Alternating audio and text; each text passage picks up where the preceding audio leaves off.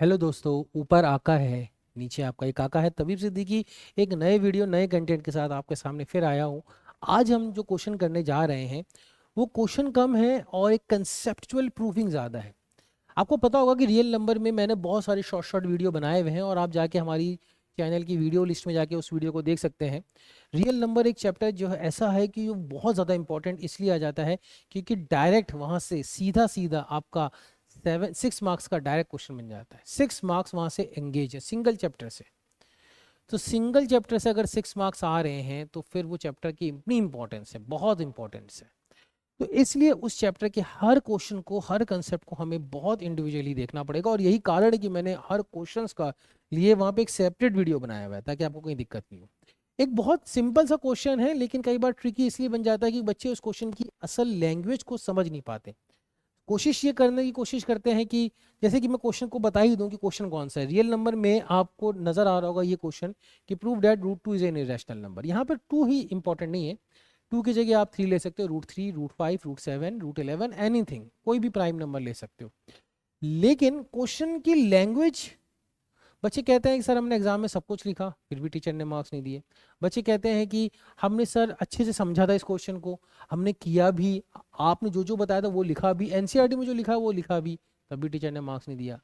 आज मैं आपको एग्जैक्टली वो बताने वाला हूँ कि इस क्वेश्चन को एक्चुअल में हिट करने के लिए आपको एग्जैक्टली सॉल्यूशन में कौन कौन से कीवर्ड्स लिखने अति आवश्यक हैं।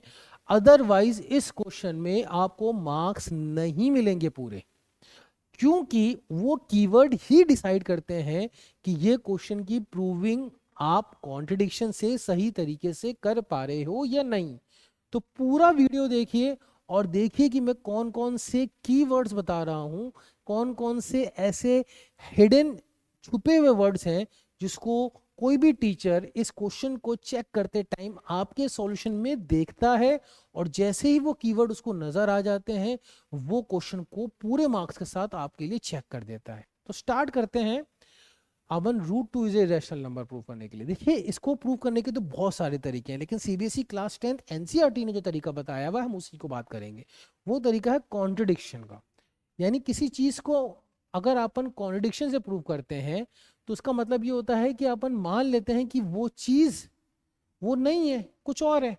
और अगर हमारा मानना गलत हो जाए तो एक्चुअली वो प्रूफ हो जाता है कि वो चीज़ वही है जो मानी जा रही है, जो नहीं मानी जा रही है। समझे? जैसे कि फॉर एग्जाम्पल मान लेते हैं कि ये चीज़ एक पेन नहीं है बल्कि एक पेपर है। तो पेपर है तो पेपर को अपन फाड़ सकते हैं, मोड़ सकते हैं, बहुत सारी चीज़ें होती हैं।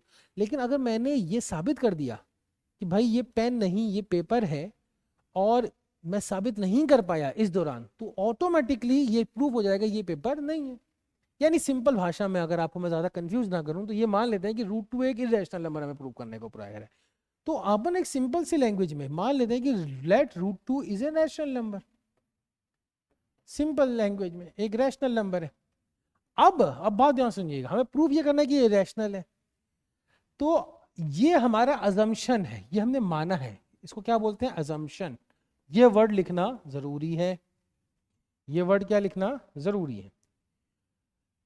अजम्पशन। ये हमने माना है कि रूट टू एक रैशनल नंबर। अब अगर हमारा अजम्पशन, हमारा मानना ही गलत हो जाए तो फिर रूट टू रैशनल रहता नहीं है। भाई हमने माना है ना रैशनल, अगर हमारा मानना ही गलत हो जाए तो रैशनल नहीं रहेगा, तो क्या रहेगा? इरेशनल। Hence proved. खत्म क्वेश्चन। तो अब अभी मैंने पहले पूरा क्वेश्चन सॉल्व कर दूंगा फिर आपको मैं बताऊंगा कि आप वो कीवर्ड को जरूर रखिएगा। बाकी अपनी लैंग्वेज को, आप इंग्लिश लैंग्वेज आप कैसे ही मॉडिफाई करें, एक्टिव लिखें, पैसिव लिखें, कैसे भी लिखें, पर वो वर्ड होना जरूरी है। तो पहला वर्ड मैंने लिख दिया अजम्पशन, वो जरूरी है। और बाद में मैं जब क्वेश्चन खत्म होगा तो मैं सर्कल कर दूंगा कि ये वर्ड आपके क्वेश्चन में होना, तो आपके सॉल्यूशन होना जरूरी होगा। अब अगर रूट टू एक रैशनल नंबर है, अब अगर रूट टू एक रैशनल नंबर है तो ऐसे समझते हैं, अगर अगर रूट टू एक रैशनल नंबर है तो रूट टू को अपन पी अपॉन क्यू की फॉर्म में लिख सकते हैं, क्योंकि सारे रैशनल पी क्यू की फॉर्म में लिखे जाते हैं। इंपॉर्टेंट कीवर्ड ये है कि यहाँ पे क्यू जीरो नहीं होगा, ये लिखना अति आवश्यक है। एंड पी क्यू आर को प्राइम्स, पी क्यू आर को प्राइम्स। अब ये क्या है? ये कौन सी बला है सर? ये लिखना जरूरी। क्यू जीरो नहीं होगा क्योंकि क्यू अगर जीरो हो गया तो अनडिफाइंड हो जाएगा, ऑब्वियस सी बात है। और पी और क्यू को प्राइम से, इसके ऊपर मैंने रियल नंबर की शॉर्ट वीडियो में बना रखा है, एचसीएफ वाली वीडियो जाके देखेंगे तो को प्राइम क्या होता है उसको डिटेल में समझा रखा है। लेकिन फिर भी अभी मैं बता देता हूँ, को प्राइम वो नंबर होते हैं, को प्राइम, प्राइम नहीं, को प्राइम। जैसे 2 और 3 को प्राइम भी है और प्राइम भी है, लेकिन 2 और, जैसे कि अगर बात करें कि 4 और 9, 4 और 9 को प्राइम है। अब अगर हम बात करें तो 4 और 9 को प्राइम है, क्योंकि 4 प्राइम नहीं है, 9 भी प्राइम नहीं है, लेकिन ये को प्राइम जरूर है। कारण इसका क्या है कि ये को प्राइम क्यों है? क्योंकि 4 और 9 का कोई भी कॉमन डिविजिबल नहीं है, कॉमन डिवीजर नहीं है, कोई भी कॉमन डिवीजर नहीं है। यानी यानी इसका एचसीएफ जो है वो 1 है। एचसीएफ कितना है? 1 है, यानी कोई कॉमन डिवीजर नहीं, 1 से डिवाइड हो रहे हैं दोनों। तो को प्राइम सिंपल से बच्चों वो नंबर होते हैं जिनका कॉमन डिवीजर नहीं होता है। ये इंपॉर्टेंट है, इस क्वेश्चन को समझने के लिए ये चीज इंपॉर्टेंट है कि ये पी और क्यू ऐसे दो नंबर हैं जो आपस में कैंसिल नहीं हो सकते आप, है ना, न्यूमरेटर डिनोमिनेटर कैंसिल नहीं हो सकते अपने प्योरेस्ट फॉर्म में। तो ऐसा क्यों होगा? अब यही अजम्पशन से हमारा फेल होता है। हम ये मान रहे हैं कि पी और क्यू क्या है? को प्राइम है, यानी इनका कोई कॉमन डिवीजर नहीं है, यानी पी और क्यू को कोई भी ऐसा नंबर कॉमन नहीं जो दोनों को डिवाइड कर रहा हो। यानी अगर पी को 4 डिवाइड करे, या पी को 2 डिवाइड करे, या पी को 3 डिवाइड करे, फॉर एग्जाम्पल पी को 2 डिवाइड करता है, तो क्यू को 2 डिवाइड नहीं करना चाहिए, क्योंकि पी और क्यू क्या माने अपन ने? को प्राइम माने। तो पी को अगर 2 डिवाइड कर जाए, तो क्यू को अगर 2 डिवाइड कर जाए, तो ये पी और क्यू को प्राइम नहीं रहते, अपन अजम्पशन ही फॉल्स हो जाएगा। यानी पी को अगर 2 डिवाइड कर जाए और क्यू को भी 2 डिवाइड कर जाए, तो पी और क्यू कॉमन डिविजर कहाँ हुआ? कॉमन डिविजर 2 हो गया ना इनका, तो पी और क्यू को प्राइम नहीं होंगे। यही की अजम्पशन है, यहाँ पे याद रखना। अब अगर ये को प्राइम है, ये लिख लिया। अब अपन नेक्स्ट स्टेप करते हैं। नेक्स्ट स्टेप ये है कि अपन स्क्वायर करेंगे, दोनों क्या करेंगे? Squaring both the side, squaring both side. तो स्क्वायरिंग बोथ साइड करेंगे तो क्या होगा? ये कहेगा ये 2 हो जाएगा, ये पी स्क्वायर हो जाएगा, और ये क्यू स्क्वायर हो जाएगा। थोड़ा सिंप्लीफाई करेंगे तो क्यू स्क्वायर को लिख लेंगे पी स्क्वायर अपॉन 2। ठीक है, ये लिख लिया। ऑब्वियसली बात है, क्रॉस मल्टीप्लाई किया तो पी स्क्वायर अपॉन 2। अब यहाँ पे क्या लिखना है कि भाई क्यू स्क्वायर जो है is an integer. Q square क्या है? एक इंटीजर है एलएचएस में, ये एक इंटीजर है क्योंकि को प्राइम था ना, ये एलएचएस है। तो therefore P square by 2 is also an integer. ठीक है, इज ऑल्सो एन इंटीजर, यानी आरएचएस वाला भी इंटीजर होगा। अब अगर पी स्क्वायर बाई 2 एक इंटीजर है, तो P square is divisible by 2। P square क्या होगा? डिविजिबल बाय 2 होगा। अब अगर पी स्क्वायर अगर 2 से डिवाइड हो रहा है, पी स्क्वायर अगर 2 से डिवाइड हो रहा है, बात समझिएगा, पी स्क्वायर अगर 2 से डिवाइड हो रहा है, पी स्क्वायर अगर 2 से डिवाइड हो रहा है, तो therefore P is also divisible by 2, क्योंकि पी प्राइम नंबर है, P is also divisible by 2। Sorry, 2 एक प्राइम नंबर है। ये इंपॉर्टेंट है, ये थ्योरम है क्लास 10 के एनसीईआरटी में, ये लाइन आपको लिखनी आवश्यक है। ये भी मैं लिख दूंगा सारे बॉक्स में कि पी भी 2 से डिविजिबल हो रहा है। अब पी अगर 2 से डिविजिबल हो रहा है, यानी पी जो है 2 से डिवाइड हो रहा है, पी एक ऐसा नंबर है जो 2 से डिवाइड हो रहा है। ये पी क्या क्या हो सकता है? 2 से डिवाइड होने वाले नंबर कौन कौन से होते हैं? सारे इवन नंबर। पी से डिवाइड होने वाला 2 हो सकता है, पी से डिवाइड होने वाला 4 हो सकता है, 6 हो सकता है, 8 हो सकता है, 10, 12। तो पी जो है वो 2 की टेबल में आ रहा है, तो अपन क्या लिख सकते हैं? P is equals to 2a लिख सकते हैं, ऐसे लिख लो, p is equals to 2a। तो ये जो p इक्वल्स टू 2 है ना, इस इक्वेशन नंबर 1 में पुट कर देंगे, substitute p is equals to 2a in equation 1। ऐसा करने से क्या होगा? ये इक्वेशन क्या बन जाएगी? Q square is equals to p की जगह अपन ने 2a पुट किया, तो ये हो जाएगा Q square is equals to 4a square upon 2, और 2 से 2 कैंसिल हो गए, 2a स्क्वायर आ जाएगा। अब आप उसको डिवाइड करोगे ना वापस से, तो ये हो जाएगा a square is equals to q square by 2। A square is equals to q square by 2। देखो ए स्क्वायर कितना हो जाएगा, इधर 2 को इधर ले जाओगे तो क्यू स्क्वायर बाय 2 हो जाएगा। ठीक है ना? अब यहां से भी यही हो जाएगा कि एलएचएस में ए स्क्वायर है जो कि इंटीजर है। ठीक है, एलएचएस में ए स्क्वायर है जो कि इंटीजर है, और आरएचएस में आपका देयरफॉर अपन क्या कहेंगे कि Q square is divisible by 2, यही कहेंगे क्योंकि वो भी इंटीजर होना चाहिए।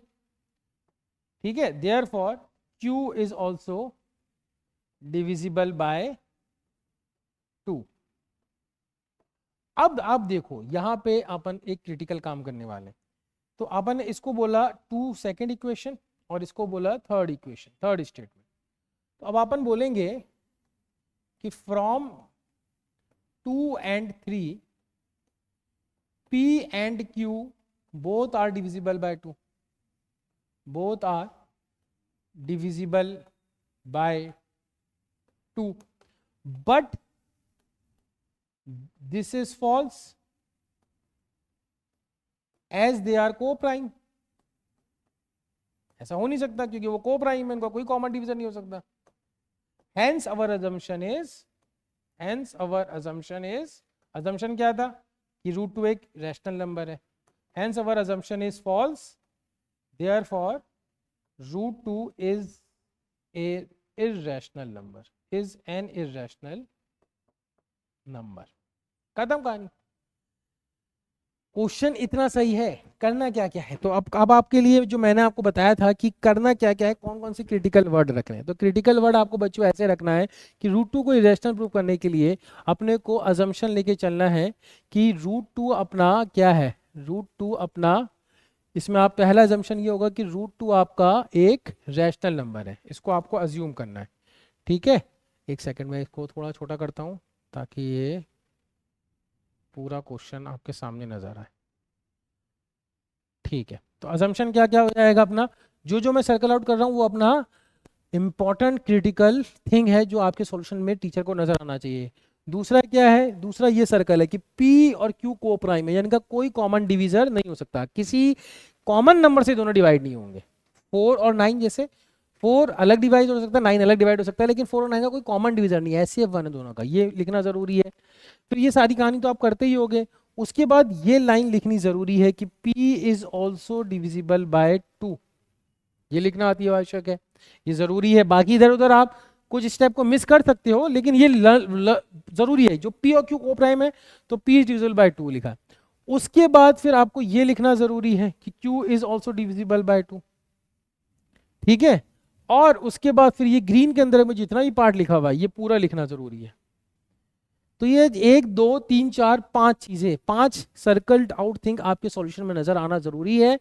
तो आपको टीचर पूरा मार्क्स देगी 110%, क्योंकि उसमें आपने क्या मान लिया, अजम्पशन अपना ले लिया है, P और Q को कोप्राइम माना हुआ है, Q 0 नहीं है। अब P को Q को कोप्राइम माना हुआ है। हमने पहले पार्ट में प्रूव किया कि P 2 से डिवाइड हो रहा है, दूसरे पार्ट में प्रूव किया कि Q भी 2 से डिवाइड हो रहा है। भाई P और Q तो कोप्राइम थे, तो दोनों 2 से डिवाइड नहीं हो सकता, अपना अजम्पशन फॉल्स हो गया। अब आप बोलोगे सर बाकी क्वेश्चन में भी यही होगा, बिल्कुल। जहां जहां 2 नजर आ रहा है वहां वहां 3 नजर आ जाएगा, तो √3 से रैशनल नंबर प्रूफ हो जाएगा। जहां जहां 2 नजर आ रहा है वहां वहां 5 नजर आ जाएगा, तो √5 से रैशनल नंबर प्रूफ हो जाएगा। तो ये है इस क्वेश्चन की पूरी कहानी। इसके साथ साथ अगर कभी इस टाइप के क्वेश्चन आ जाए जिसमें अगर ऐसे लिखा हो कि 5 + 3√2 को आपको इरेशनल प्रूव करना है, तो इसको भी यही करना है कि इसको P अपॉन Q मान लेना है, ये ज्यादा आसान है।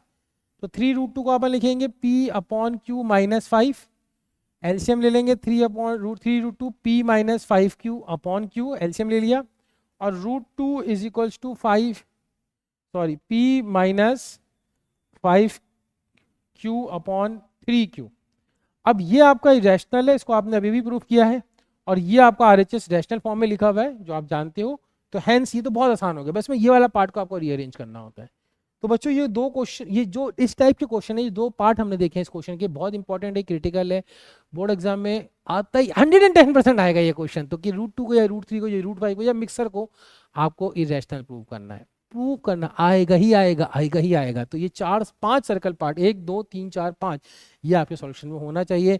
ऐसे वीडियो को शेयर करिए, लाइक करिए, और हमारे चैनल को सब्सक्राइब करिए, ताकि ऐसा कंटेंट लाने में हमें जो मेहनत करनी पड़ती है उसकी वर्थ आपको समझ में आए। सिर्फ मैथ्स में ही नहीं बल्कि SST, English, physics, chemistry, bio में हमारे चैनल पे वीडियो आते रहते हैं, ना सिर्फ एजुकेशन रिलेटेड बल्कि olympiad, motivational talk, time management, exam में कैसे लिखें। और इसके साथ साथ हमारे नीट काका जी चैनल को सब्सक्राइब करिए, चैनल को नीट काका जी ऐप को भी आप डाउनलोड करिए, वहाँ पे आपको हमारे चैनल से रिलेटेड और हमारे कंटेंट से रिलेटेड PYQs, क्वेश्चन बैंक्स, आपकी चीज़ें आपको मिल जाएंगी। तो ज़रूर से ज़रूर आप देखते रहिए और हमारे चैनल को सब्सक्राइब करिए। Thank you, take care and bye.